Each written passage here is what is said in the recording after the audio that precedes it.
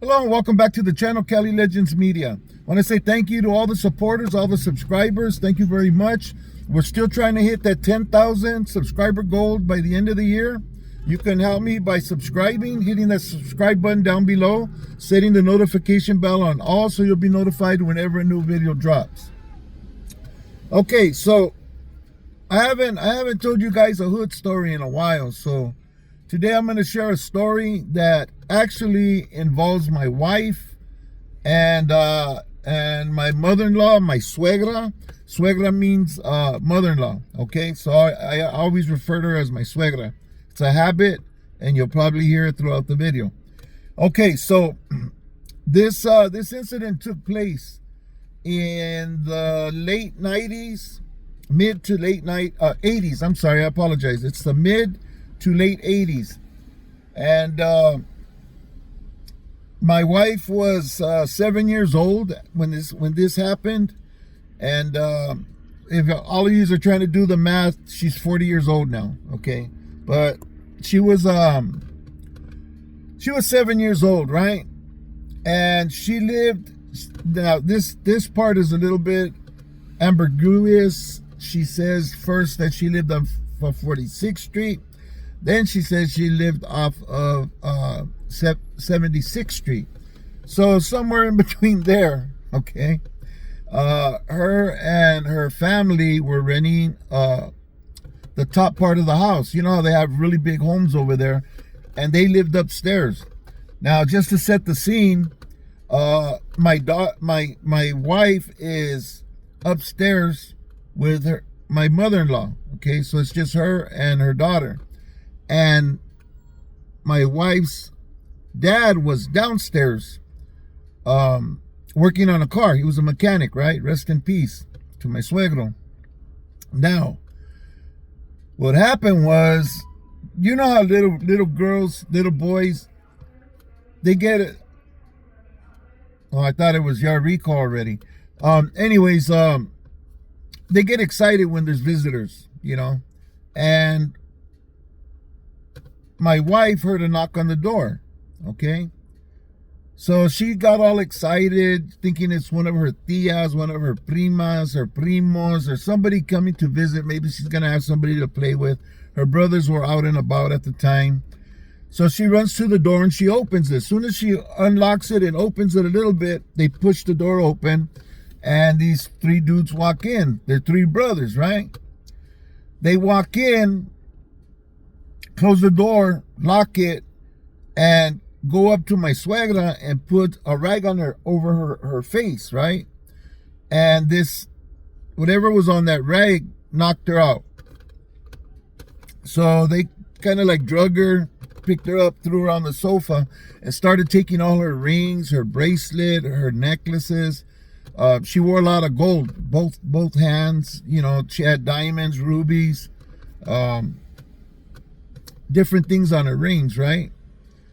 She had been collecting them since she was like 12 years old, and she was already a grown woman at the time.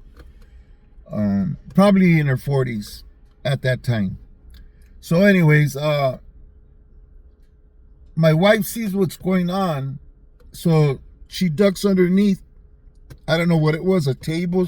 She don't remember. All she knows is she climbed underneath something, and she was watching these guys take everything off of the mom, right? Then they went through the house, started ransacking the house and everything. Meanwhile, my suegro's downstairs. He's working on the car, right?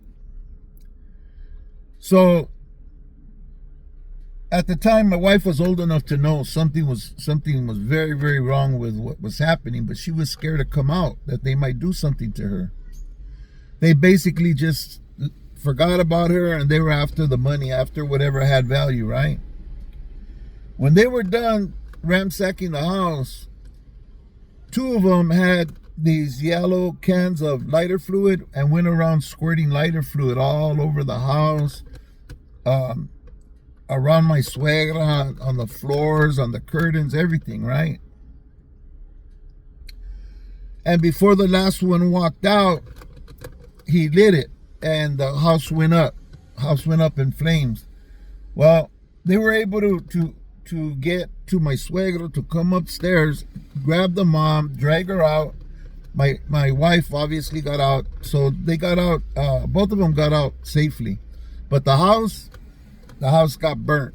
It wasn't livable. All their furniture, all their pictures, everything value to them, sentimental value, was destroyed in the fire, and what wasn't destroyed they took. Okay. So I heard this story about 15, 16 years ago when me and my wife had first gotten together. She had told me this story, and I tripped out, right? But I didn't think about it until the other day.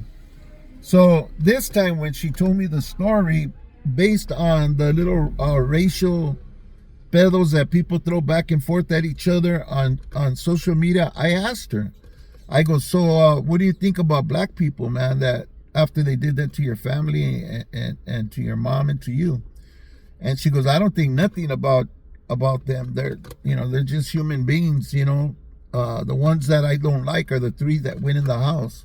Now those three, she said it straight out, F them, But, I ain't mad at nobody over that a whole race, or I'm not racist, and she's not. I know she's not, because I've been with her and I see the way she acts and I pay attention to things, And she doesn't have no ill feeling towards an entire people, which would be totally wrong. And even though it happened when she was a child, where the mother and the father had time to poison her mind and her heart with that sickness of racism, she knew better.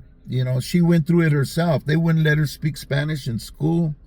They made a big deal. At home, they raised her nothing but Spanish. So by the time she was born here in the United States, but by the time she went to school, she spoke nothing but Spanish, very little English. And, the kids would tease her and stuff, she went through it. She seen the segregation and everything that was going on when they started busing kids out and in from different schools to try to desegregate the schools. First they did it to segregate them, and then they did it to desegregate them. But nevertheless, she said she had friends that were black growing up, and she's cool. Like, she's not tripping, And I think that's a good attitude to have. I think she has the right attitude, the right outlook on things. And as far as the three that went in and could have possibly taken all three of their lives, I'm with her. F them, you know what I mean? But as far as the people as a whole, you can't hold them accountable for something that three people did. For whatever reason they did it, for drugs or to get money for their family, whatever their reason for going in there doing it. I've done it to my own people, to Raza, when I was in the streets doing my thing, and I, mostly I did it to connections, but still, I did once in a while, back when I was very young, rob certain stores, kind of. They weren't actually stores that sold like beer, but places of business that were owned by Mexicanos. So that can't really, I can't personally be that way, because I hold my own self accountable for being sick like that at one time. Anyways, I just wanted to do this video. I thought it was a crazy story when she told me it. Probably hearing it from her would have been a lot better. But with her working hours and, I don't know. I didn't want to bother her. I told her that I wanted to do a video about it. And, she didn't say anything. She said, go ahead, but she didn't say like, well, I'll do it with you or anything, And I didn't want to push her into it, Nevertheless, that's the way it went down. And I'm sure that people do have situations like that growing up, especially if you grew up in a Mexican black populated area. I got chased and jumped a lot of times back in the in the 70s, you know. Uh, my grandmother and grandfather owned a house over there. Um, I don't remember the street. I think it's 120th or something like that. I'm not sure. Um, but yeah, I used to go over there. My cousin Robert lived in the back. Rest in peace. Uh, and we'd go to the store and they'd try to jack us and we'd be fighting them. You know, they'd jump us. It was crazy. It was crazy over there. There was a lot of. We took it as a racial assault. It might have just been a robbery. You know. Nevertheless, you know, that was then. This is now. And I like to see people when they go on social media and they want to be. Oh, I thought it was yard recall again. Damn, man. Anyways, you know, when I see people on social media talk about uniting and doing concerts together, doing collabs, all of that stuff, man, it helps. It helps to unite the people, you know. And believe it or not, man, a lot of Chicanos grew up with blacks. A lot of blacks grew up with Chicanos, you know, and they don't have none of this animosity unless it was put into them as a young child, or, you know, they took things personally. You know, I'm glad my wife didn't take it personally, and she did, but only towards those three that went into that house and tried to burn it down with them in it. You know, it was crazy. Anyway, this is my story, my hood story for today. I hope that you guys can glean something from it. And, you know, there's always somebody out there that needs to hear this, you know, for whatever reason. But God bless you. God bless your families. You people stay safe, man, and stay free, whatever you do. Try to keep your head on straight when things get hot. I know sometimes people try you, man, and you feel like jumping, you know, and you know, I think if it's not that serious, man, just kick rocks and keep on pushing, you know, and stay focused on what you're trying to do. You know, in my case, trying to live a better life, better place, you know, take care of my dogs, my cars, my toys, my wife, myself, my health. You know, I don't have time to be fooling around with somebody who has an ego, you know, that don't fit in their little bodies. You know what I mean? Anyway, stay safe, people. Stay free. And I hope to see you on the next video. Don't forget to hit that like button or that hype button. Both will be highly appreciated. Thank you very much for your subscription. If you haven't subscribed, don't forget to subscribe. Thanks for watching, guys.